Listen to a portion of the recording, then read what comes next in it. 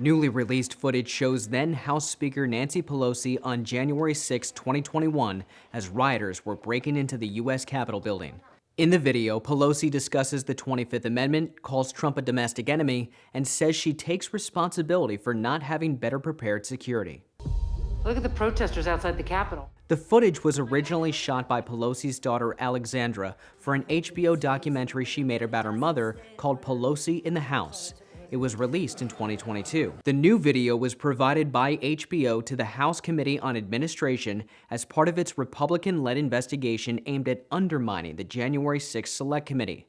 It was also obtained by multiple news outlets, including CNN, CBS, and NBC. In a clip released by NBC News, Pelosi can be seen meeting with her senior staff on January 7th and discussing the 25th Amendment. That allows the vice president and a majority of the cabinet to declare the president unable to discharge the duties of his office, making the vice president the acting president.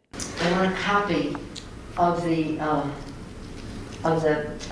cabinet, because I want to say, when we talk about the 25th Amendment, we're calling upon Secretary Pompeo, Secretary whatever his name is, Mnuchin, the Attorney General of the United States.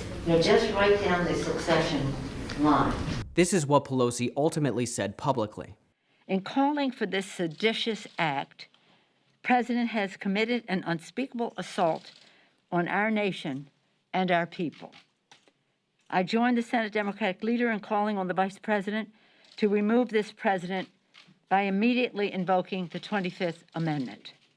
If the Vice President and the Cabinet do not act, the Congress may be prepared to move forward with impeachment. Then Vice President Pence declined to invoke the 25th Amendment, and the House impeached Trump for a second time. In another clip released by CBS News, Pelosi is seen being escorted out of the Capitol by her security detail and asking why they weren't prepared for the worst.